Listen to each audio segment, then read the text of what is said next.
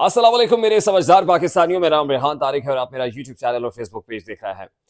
करोड़ हा दुरूद आकाए दो जहां नबी मेहरबान मोहम्मद मुस्तफ़ा सल्लल्लाहु अलैहि वसल्लम पर। इस दुआ और इस उम्मीद के साथ इस व्लॉग का आगाज करते हैं कि अल्लाह रब्बुल इज्जत इस मुल्क के फैसला साजों के दिलों में समझदार पाकिस्तानियों के लिए नरमी पैदा कर दे। अडियाला जेल में कैद साबिक वजीर आजम और बानी पीटीआई की जान शदीद खतरे में है। ये खबर लोकल मेन स्ट्रीम मीडिया तो रिपोर्ट नहीं कर रहा, मगर इंटरनेशनल मीडिया बड़ी स्ट्रॉन्ग ग्राउंड और स्ट्रॉन्ग फुटिंग्स के साथ, बड़े तयक्कुन के साथ ये खबरें रिपोर्ट कर रहा है। इस खबर को मैं झूठ पर मबनी, प्रोपेगेंडे पर मबनी, मन घड़त खबर करार देकर सरफे नजर कर देता, लेकिन मैं पाकिस्तान की जब पॉलिटिकल हिस्ट्री को देखता हूं तो मेरे सामने बिस्तरे मर्ग पर पड़े फाउंडर ऑफ द नेशन, बानी पाकिस्तान कायदे आजम मोहम्मद अली जिन्ना का इमेज आता है कि जो मौतो हयात की कश्मकश में थे और गाड़ी यानी एम्बुलेंस देर से पहुंचाई गई। मैं इस खबर को झूठ पर मबनी और मनगढ़ंत करार दे देता अगर मैंने खान लियाकत अली खान को मौत के घाट उतारे हुए ना देखा होता। इस खबर को मैं झूठ पर मबनी और मनगढ़ंत प्रोपेगेंडा करार देकर सरफे नजर कर देता कि अगर मैंने मोहतरमा फातिमा जना को कसम पुरसी की हालत में खालिक हकीकी से जा मिलते हुए ना देखा होता। यह खबर मैं झूठ पर मबनी और मन घड़त करार दे देता कि जब मैं शहीद जमहूरियत जुल्फिकार अली भुट्टो को तख्ता दार से झूलते हुए ना देखता। यह पाकिस्तान की पॉलिटिकल हिस्ट्री है। आज सूरत हाल क्या है, अडियाला जेल में कैद कप्तान ने क्या खौफनाक और खतरनाक चाल चली है, किस तरह एक तीर से दो शिकार हुए हैं, यह मामला भी आपके सामने रखेंगे। और आज सदारती उम्मीदवार के हवाले से सुन्नी इत्तेहाद काउंसिल यानी पाकिस्तान तहरीक इंसाफ ने एक ऐसे कैंडिडेट को नॉमिनेट कर दिया है कि जिससे किसी की दुम पे पांव भी है। यानी अगर इसको भी खौफनाक चाल कहा जाए तो ये कहना गलत नहीं होगा। अब ये महमूद खान अचकजई है कौन? आज के इस व्लॉग में महमूद खान अचकजई से तारुफ भी मैं आपको कराऊंगा, लेकिन उससे पहले मैं इंतहाई अदब से आपसे रिक्वेस्ट करता हूं कि अगर आपने हमारा चैनल सब्सक्राइब नहीं किया है तो चैनल को सब्सक्राइब कर लें। अगर वीडियो पसंद आए तो लाइक और शेयर करना इसलिए जरूरी है कि इससे हमारा मैसेज तक पहुंचता है, और अगर बेल आइकन प्रेस करेंगे तो ऐसी बहुत सारी वीडियोस आपकी निगाह से तवातुर से और बर वक्त गुजरती रहेगी। एज आई स्पीक, जिस वक्त मैं आपसे गुफ्तगू कर रहा हूं, मुखातिब हूं, तो उस वक्त पाकिस्तान तहरीक इंसाफ की जानिब से कंट्री वाइड प्रोटेस्ट की कॉल पर लोग सड़कों पर है। और लाहौर हाई कोर्ट से अब से कुछ देर पहले के विजुअल्स मेरी नजर से गुजरे हैं कि जहां पर एहतजाज करते वकला को हाई कोर्ट के एक गेट से दूसरी तरफ धकेल दिया गया और पुलिस की भारी नफरी तैनात की गई है। डीआईजी ऑपरेशंस अली नासिर रिजवी की जानिब से अपनी फोर्स को जो सख्त पैगाम दिया गया उसके मनाजिर भी मेरी आंख से गुजरे। यानी आज इससे कबल के पाकिस्तान तहरीक इंसाफ के प्रोटेस्टर्स सड़कों पर आते, पुलिस ने सड़कों पर रैलियां निकालना शुरू कर दी। यानी हैवी पुलिस इस वक्त डिप्यूट की गई है। इमरान खान की रिहाइशगाह जमान पार्क के तरफ भी पुलिस की भारी नफरी है, मॉल रोड के ऊपर पुलिस की भारी नफरी है, और जहां जहां जिन जिन मकामात पर पाकिस्तान तहरीक इंसाफ की जानिब से प्रोटेस्ट की कॉल दी गई है वहां पर पुलिस पहले ही पहुंची हुई है। यानी बहुत पुरखार रास्ता है जिस पर तहरीक इंसाफ चल रही है और जिसका चुनाव कप्तान ने कर रखा है। अब तो कप्तान की जानिब से दो चालें जो हालिया चली गई, उसमें पहली चाल अली अमीन गंडापुर को केपी का चीफ मिनिस्टर नॉमिनेट करना था। अब अली अमीन गंडापुर की तकरीर से लेके अब तक जो इकदाम हो रहे हैं उससे जाहिर होता है कि इमरान खान साहब की स्ट्रैटेजी क्या है। अब से कुछ देर पहले का स्टेटमेंट जो अली अमीन गंडापुर का सामने आया वो ये है कि केपी में पुलिस को दाखिल होते हुए तो तलाशी देनी पड़ेगी, लेकिन फौज को दाखिल होते हुए भी जामे तलाशी देना पड़ेगी। और फौज का जो बुनियादी मकसद है वो दहशत गर्दों से लड़ना है, हमारी नजरियाती और जोग्राफियाई सरहदों की पासदारी करना है, हिफाजत करना है, तो फौज को भी जामे तलाशी देनी पड़ेगी। अब ऐसे नहीं चलेगा। ये अली अमीन गंडापुर साहब जो केपी के चीफ मिनिस्टर हैं वो कह रहे हैं, और उन्होंने अडियाला जेल में इमरान खान से मुलाकात की दरखास्त भी कर दी है कि जहां उन्होंने जाके अपनी कैबिनेट को फाइनलाइज कराना है। अब अली अमीन गंडापुर के स्टेटमेंट से एक तरफ, दूसरी तरफ महमूद खान अचकजई ने जो कल एंटी इस्टेब्लिशमेंट तकरीर पार्लियामान के फ्लोर पर की, बड़ी फायरी स्पीच थी। उसके बाद पाकिस्तान तहरीक इंसाफ के लोगों का उनकी नशस्त के पास पहुंचना, उनको सल्यूट करना, और उसके बाद ये अनयूजुअल गैर मामूली डेवलपमेंट सामने आना कि पाकिस्तान तहरीक इंसाफ के लोग बाकायदा तौर पर महमूद खान अचकजई के पास इमरान खान की इंस्ट्रक्शंस पे गए हैं और उनको कहा है कि आप हमारे सदारती उम्मीदवार के कैंडिडेट होंगे, और उन्होंने एक्सेप्ट भी कर लिया। ना सिर्फ एक्सेप्ट किया, और गुज़श्ता रात हमने आपको ये खबर बता दी थी कि Mahmood Khan Achakzai is likely to be the presidential candidate of Sunni Ittehad council. बल्कि आज 12 बजे का वक्त दिया गया था अपने कागजात जमा कराने से मुताल्लिक, और इस्लामाबाद हाई कोर्ट के अंदर उनकी तजवीज़ और तायद कुनिंदगान अली मोहम्मद खान, सरदार लतीफ़ खोसा, उमर अयूब मौजूद थे। और बड़ा एक दिलचस्प मुकालमा भी हुआ उस वक्त सरदार लतीफ़ खोसा और जस्टिस आमिर फारूक के माबैन, कि जब जस्टिस आमिर फारूक ने कहा कि खोसा साहब आप अपना नाम पूरा लिखते हैं, उन्होंने कहा जी बिल्कुल, मुझे पार्टी की तरफ से इंस्ट्रक्शंस है कि अब आपने अपना नाम पूरा लिखना है, क्योंकि आपको याद होगा कि काजी फायज ईसा साहब ने उनके सरदार लिखने के ऊपर बड़े तहफ़्फ़ुज़ात का इजहार किया था। तो आज लतीफ़ खोसा साहब ने बाकायदा सरदार लतीफ़ खोसा अपने नाम पूरा लिखवाया है। ये बड़ा दिलचस्प मुकालमा हुआ। खैर, उनके जो नॉमिनेशन पेपर्स हैं वो सबमिट कर लिए गए हैं।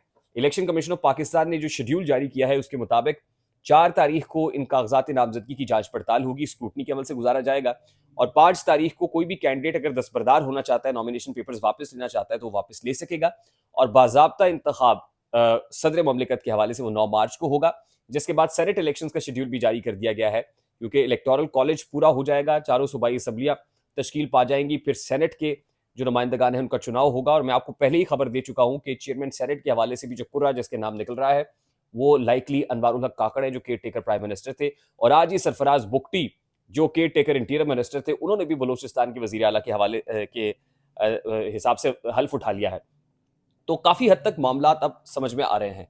लेकिन इमरान खान साहब ने जो एक तीर से दो शिकार किए हैं, एक तो इस्टेब्लिशमेंट को मुश्किल में डाला हुआ है और दूसरा पीडीएम की तोड़फोड़ कर दी है। पीडीएम की तोड़फोड़ इस तरह से हुई कि एक तो पीडीएम जिन रहनुमाओं के सर पर एंटी इस्टेब्लिशमेंट होने की कोशिश कर रही थी या एहतजाजी सियासत कर रही थी, एक तो मौलाना फजलुर रहमान की जेयूआई फे है।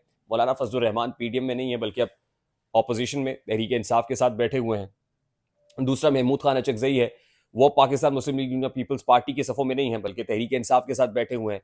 पीडीएम की तोड़फोड़ जारी है, पीडीएम खुद लड़ रही है, टूट चुकी है, और दूसरी तरफ इस्टेब्लिशमेंट मुश्किल में है।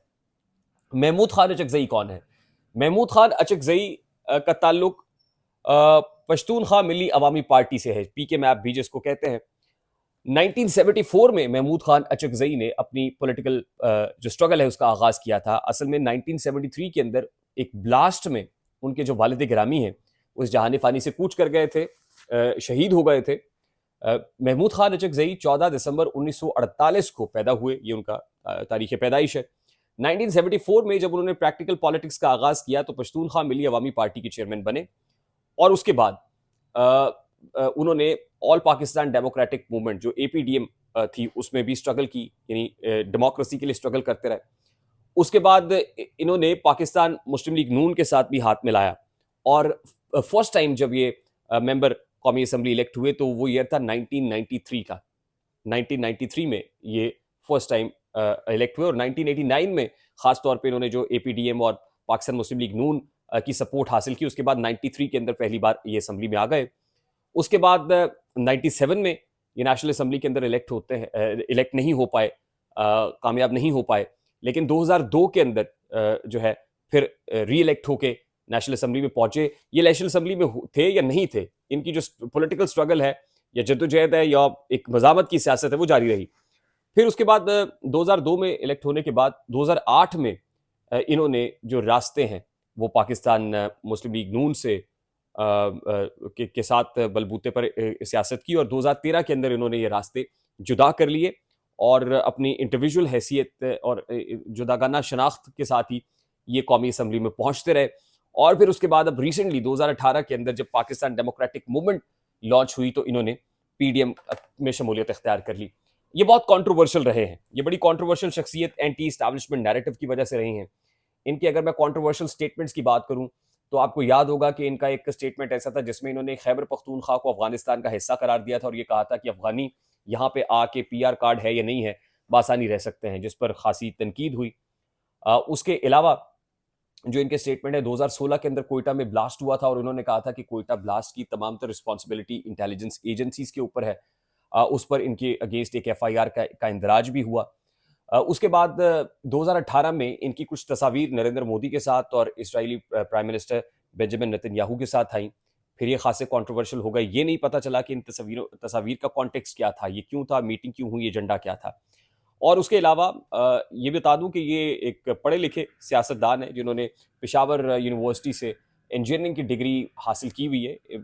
इंजीनियर हैं, प्रोफेशनल इंजीनियर तो नहीं है लेकिन प्रोफेशनली पॉलिटिक्स करते हैं। तो हम इनकी जो सियासत है वो एंटी इस्टेब्लिशमेंट नैरेटिव के साथ ताबीर है। एंटी इस्टेब्लिशमेंट सियासत करते रहे और पख्तूनख्वा की एक रीजनल पॉलिटिकल पार्टी को लीड करते हैं, उसके चेयरमैन हैं।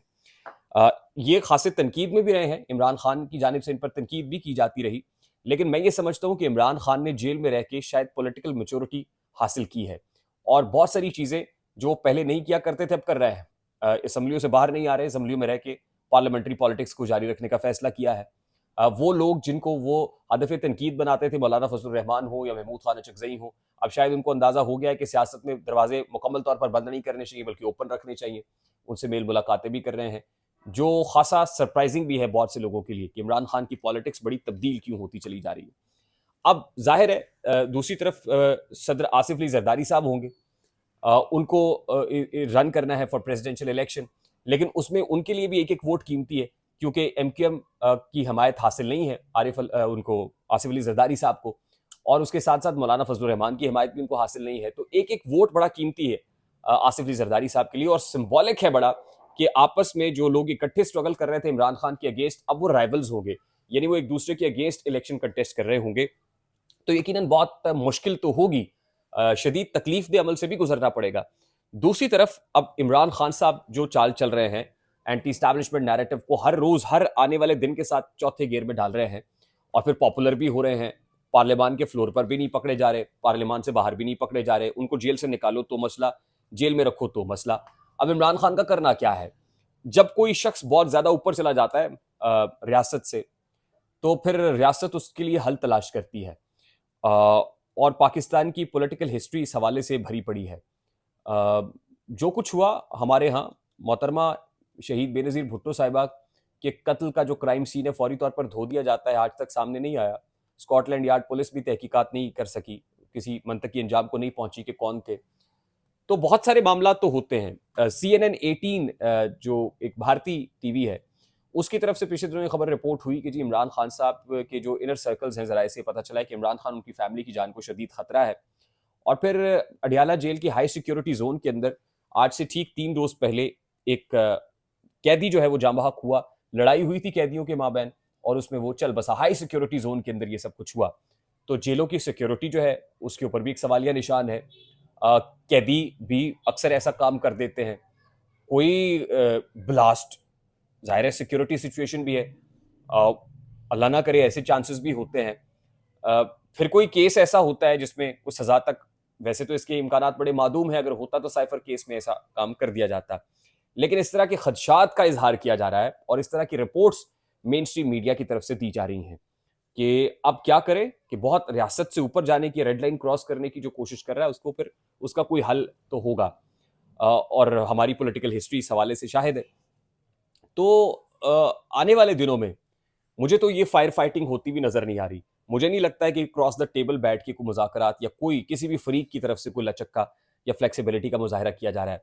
तो हालात किस नहज को जाएंगे, इस हवाले से हमें दुआ करनी चाहिए अल्लाह रब्बुल इज़्ज़त से कि मुल्क में कोई ऐसा, क्योंकि मुल्क ऐसा इस चीज़ का मुतहम्मिल नहीं हो सकता कि किसी मेन स्ट्रीम लीडर को एक बार फिर से कुर्बान किया जाए और फिर हमारा जो वक्त का बेरहम पहिया है वो वापस घूम के उसी जगह पर पहुंच जाए कि जहां हम कहें कि तारीख खुद को दोहरा रही है।